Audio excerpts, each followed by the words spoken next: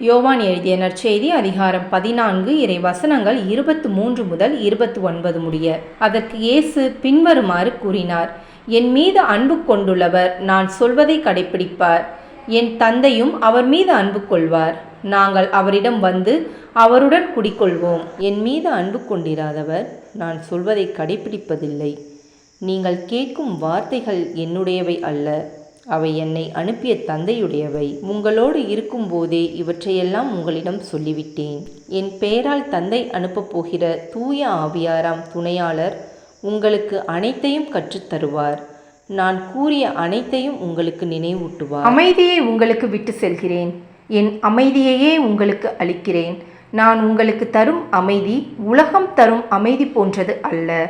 நீங்கள் உள்ளம் கலங்க வேண்டாம், மருள வேண்டாம். நான் போகிறேன், பின் உங்களிடம் திரும்பி வருவேன் என்று நான் உங்களிடம் சொன்னதை கேட்டீர்களே.